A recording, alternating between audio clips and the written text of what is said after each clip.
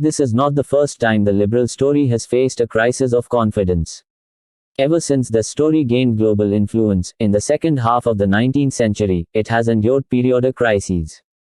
The first era of globalization and liberalization ended in the bloodbath of the First World War, when imperial power politics cut short the global march of progress. In the days following the murder of Archduke Franz Ferdinand in Sarajevo, it turned out that the great powers believed in imperialism far more than in liberalism, and instead of uniting the world through free and peaceful commerce, they focused on conquering a bigger slice of the globe by brute force. Yet liberalism survived this Franz Ferdinand moment and emerged from the maelstrom stronger than before, promising that this was the war to end all wars. Allegedly, the unprecedented butchery had taught humankind the terrible price of imperialism, and now humanity was finally ready to create a new world order based on the principles of freedom and peace. Then came the Hitler moment, when, in the 1930s and early 1940s, fascism seemed for a while irresistible. Victory over this threat merely ushered in the next. During the Che Guevara moment, between the 1950s and the 1970s, it again seemed that liberalism was on its last legs, and that the future belonged to communism. In the end, it was communism that collapsed. The supermarket proved to be far stronger than the Gulag. More importantly, the liberal story proved to be far more supple and dynamic than any of its opponents. It triumphed over imperialism, over fascism, and over communism by adopting some of their best ideas and practices. In particular, the liberal story learned from communism to expand the circle of empathy and to value equality alongside liberty. In the beginning, the liberal story cared mainly about the liberties and privileges of middle-class European men, and seemed blind to the plight of working-class people, women, minorities and non-Westerners. When in 1918 victorious Britain and France talked excitedly about liberty, they were not thinking about the subjects of their worldwide empire. For example, Indian demands for self-determination were answered by the Amritsar massacre of 1919, in which the British Army killed hundreds of unarmed demonstrators. Even in the wake of the Second World War, Western liberals still had a very hard time applying their supposedly universal values to non-Western people. Thus, when the Dutch emerged in 1945 from 5 years of brutal Nazi occupation, almost the first thing they did was raise an army and send it halfway across the world to reoccupy their former colony of Indonesia. Whereas in 1940 the Dutch gave up their own independence after little more than 4 days of fighting, they fought for more than 4 long and bitter years to suppress Indonesian independence. No wonder that many national liberation movements throughout the world placed their hopes on communist Moscow and Beijing rather than on the self-proclaimed champions of liberty in the West. Gradually, however, the liberal story expanded its horizons, and at least in theory came to value the liberties and rights of all human beings without exception. As the circle of liberty expanded, the liberal story also came to recognize the importance of communist-style welfare programs. Liberty is not worth much unless it is coupled with some kind of social safety net. Social democratic welfare states combined democracy and human rights with state-sponsored education and healthcare. Even the ultra-capitalist USA has realized that the protection of liberty requires at least some government welfare services. Starving children have no liberties. By the early 1990s, thinkers and politicians alike hailed the end of history, confidently asserting that all the big political and economic questions of the past had been settled, and that the refurbished liberal package of democracy, human rights, free markets and government welfare services remained the only game in town.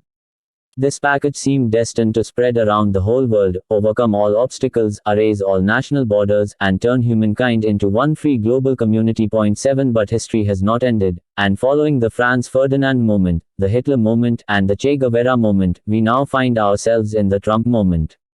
This time, however, the liberal story is not faced by a coherent ideological opponent like imperialism, fascism, or communism.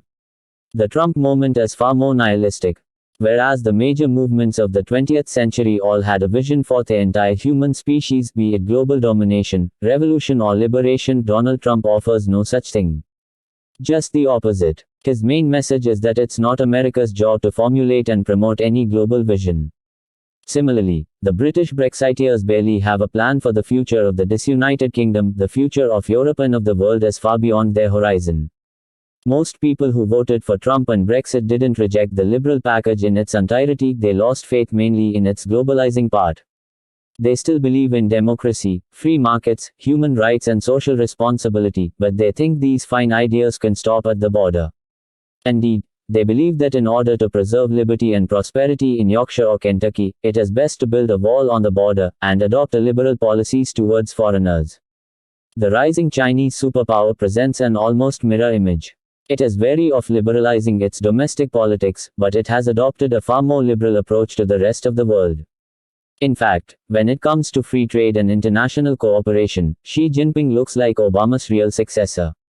Having put Marxism-Leninism on the back burner, China seems rather happy with the liberal international order. Resurgent Russia sees itself as a far more forceful rival of the global liberal order, but though it has reconstituted its military might, it is ideologically bankrupt.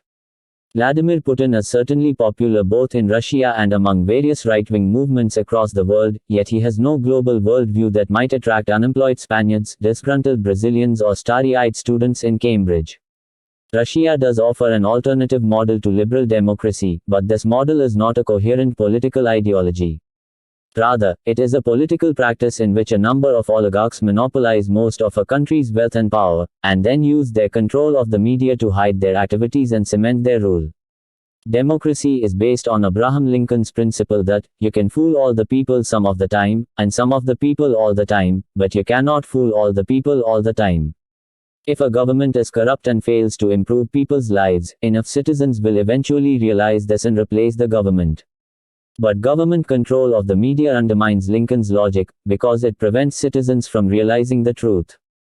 Through its monopoly over the media, the ruling oligarchy can repeatedly blame all its failures on others, and divert attention to external threats, either real or imaginary. When you live under such an oligarchy, there is always some crisis or other that takes priority over boring stuff such as healthcare and pollution.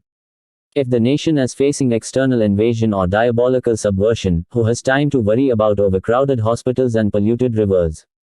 By manufacturing a never-ending stream of crises, a corrupt oligarchy can prolong its rule indefinitely. 8 Yet though enduring in practice, this oligarchic model appeals to no one. Unlike other ideologies that proudly expound their vision, ruling oligarchies are not proud of their practices, and they tend to use other ideologies as a smokescreen. Thus Russia pretends to be a democracy, and its leadership proclaims allegiance to the values of Russian nationalism and Orthodox Christianity rather than to oligarchy. Right-wing extremists in France and Britain may well rely on Russian help and express admiration for Putin, but even their voters would not like to live in a country that actually copies the Russian model, a country with endemic corruption, malfunctioning services, no rule of law, and staggering inequality. According to some measures, Russia is one of the most unequal countries in the world, with 87% of wealth concentrated in the hands of the richest 10% of people. 9 How many working class supporters of the Front National want to copy this wealth distribution pattern in France? Humans vote with their feet. In my travels around the world, I have met numerous people in many countries who wish to emigrate to the USA, to Germany, to Canada, or to Australia. I have met a few who want to move to China or Japan. But I am yet to meet a single person who dreams of emigrating to Russia. As for global Islam, it attracts mainly those who were born in its lap. While it may appeal to some people in Syria and Iraq, and even to alienated Muslim youths in Germany and Britain, it is hard to see Greece or South Africa, not to mention Canada or South Korea, joining a global caliphate as the remedy to their problems. In this case, too, people vote with their feet. For every Muslim youth from Germany who traveled to the Middle East to live under a Muslim theocracy, probably 100 Middle Eastern youths would have liked to make the opposite journey and start a new life for themselves in liberal Germany. This might imply that the present crisis of faith is less severe than its predecessors. Any liberal who is driven to despair by the events of the last few years should just recollect how much worse things looked in 1918, 1938 or 1968. At the end of the day, humankind won't abandon the liberal story, because it doesn't have any alternative. People may give the system an angry kick in the stomach, but, having nowhere else to go, they will eventually come back. Alternatively, people may completely give up on having a global story of any kind, and instead seek shelter with local nationalist and religious tales. In the 20th century, nationalist movements were an extremely important political player, but they lacked a coherent vision for the future of the world other than supporting the division of the globe into independent nation-states. Thus Indonesian nationalists fought against Dutch domination, and Vietnamese nationalists wanted a free Vietnam, but there was no Indonesian or Vietnamese story for humanity as a whole. When it came time to explain how Indonesia, Vietnam and all the other free nations should relate to one another, and how humans should deal with global problems such as the threat of nuclear war, nationalists invariably turned to either liberal or communist ideas.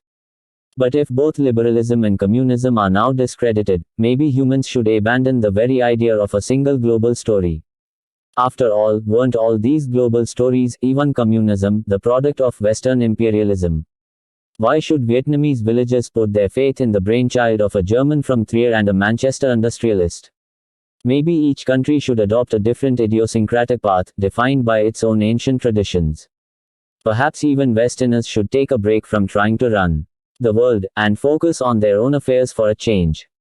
This is arguably what is happening all over the globe, as the vacuum left by the breakdown of liberalism is tentatively filled by nostalgic fantasies about some local golden past. Donald Trump coupled his calls for American isolationism with a promise to make America great again, as if the USA of the 1980s or 1950s was a perfect society that Americans should somehow recreate in the 21st century. The Brexiteers dream of making Britain an independent power, as if they were still living in the days of Queen Victoria, and as if splendid isolation were a viable policy for the era of the internet and global warming. Chinese elites have rediscovered their native imperial and Confucian legacies, as a supplement or even substitute for the doubtful Marxist ideology they imported from the West. In Russia, Putin's official vision is not to build a corrupt oligarchy, but rather to resurrect the old Tsarist empire. A century after the Bolshevik Revolution, Putin promises a return to ancient Tsarist glories with an autocratic government buoyed by Russian nationalism and orthodox piety spreading its might from the Baltic to the Caucasus. Similar nostalgic dreams that mix nationalist attachment with religious traditions underpin regimes in India, Poland, Turkey and numerous other countries.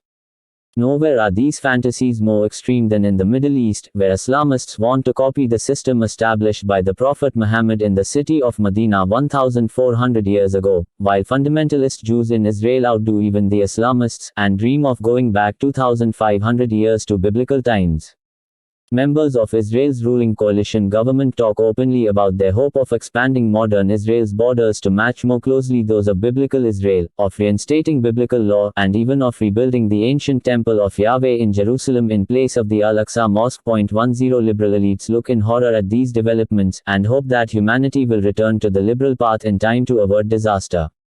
In his final speech to the United Nations in September 2016, President Obama warned his listeners against retreating into a world sharply divided and ultimately in conflict along age-old lines of nation and tribe and race and religion. Instead, he said, the principles of open markets and accountable governance, of democracy and human rights and international law, remain the firmest foundation for human progress in this century. 11 Obama has rightly pointed out that despite the numerous shortcomings of the liberal package, it has a much better record than any of its alternatives. Most humans never enjoyed greater peace or prosperity than they did under the aegis of the liberal order of the early 21st century. For the first time in history, infectious diseases kill fewer people than old age, famine kills fewer people than obesity, and violence kills fewer people than accidents. But liberalism has no obvious answers to the biggest problems we face: ecological collapse and technological disruption. Liberalism traditionally relied on economic growth to magically solve difficult social and political conflicts. Liberalism reconciled the proletariat with the bourgeoisie, the faithful with the atheists, the natives with the immigrants, and the Europeans with the Asians by promising everybody a larger slice of the pie. With a constantly growing pie, that was possible.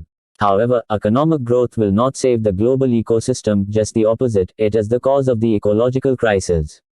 And economic growth will not solve technological disruption, it is predicated on the invention of more and more disruptive technologies. The liberal story in the logic of free market capitalism encourage people to have grand expectations. During the latter part of the 20th century, each generation, whether in Houston, Shanghai, Istanbul or Sao Paulo, enjoyed better education, superior healthcare and larger incomes than the one that came before it. In coming decades, however, owing to a combination of technological disruption and ecological meltdown, the younger generation might be lucky to just stay in place. We are consequently left with the task of creating an updated story for the world. Just as the upheavals of the Industrial Revolution gave birth to the novel ideologies of the 20th century, so the coming revolutions in biotechnology and information technology are likely to require fresh visions. The next decades might therefore be characterized by intense soul-searching and by formulating new social and political models. Could liberalism reinvent itself yet again, just as it did in the wake of the 1930s and 1960s crises, emerging as more attractive than ever before? Could traditional religion and nationalism provide the answers that escape the liberals, and could they use ancient wisdom to fashion an up-to-date worldview? Or perhaps the time has come to make a clean break with the past, and craft a completely new story that goes beyond not just the old gods and nations, but even the core modern values of liberty and equality. At present, humankind is far from reaching any consensus on these questions. We are still in the nihilist moment of disillusionment and anger, after people have lost faith in the old stories but before they have embraced a new one. So what next? The first step is to tone down the prophecies of doom and switch from panic mode to bewilderment. Panic is a form of hubris. It comes from the smug feeling that I know exactly where the world is heading down. Bewilderment is more humble, and therefore more clear-sighted. If you feel like running down the street crying, the apocalypse is upon us, try telling yourself, no, it's not that. Truth is, I just don't understand what's going on in the world. The following chapters will try to clarify some of the bewildering new possibilities we face and how we might proceed from here. But before exploring potential solutions to humanity's predicaments, we need a better grasp of the challenge technology poses. The revolutions in information technology and biotechnology are still in their infancy, and it is debatable to what extent they are really responsible for the current crisis of liberalism. Most people in Birmingham, Istanbul, St. Petersburg and Mumbai are only dimly aware, if at all, of the rise of artificial intelligence and its potential impact on their lives. It is undoubtable, however, that the technological revolutions will gather momentum in the next few decades, and will confront humankind with the hardest trials we have ever encountered. Any story that seeks to gain humanity's allegiance will be tested above all in its ability to deal with the twin revolutions in infotech and biotech. If liberalism, nationalism, Islam or some novel creed wishes to shape the world of the year 2050, it will need not only to make sense of artificial intelligence, big data algorithms and bioengineering, it will also need to incorporate them into a new meaningful narrative. To understand the nature of this technological challenge, perhaps it would be best to start with the job market. Since 2015 I have been traveling around the world talking with government officials, business people, social activists and school kids about the human predicament. Whenever they become impatient or bored by all the talk of artificial intelligence, big data algorithms and bioengineering, I usually need to mention just one magic word to snap them back to attention: jobs. The technological revolution might soon push billions of humans out of the job market, and create a massive new useless class, leading to social and political upheavals that no existing ideology knows how to handle. All the talk about technology and ideology might sound abstract and remote, but the very real prospect of mass unemployment or personal unemployment leaves nobody indifferent.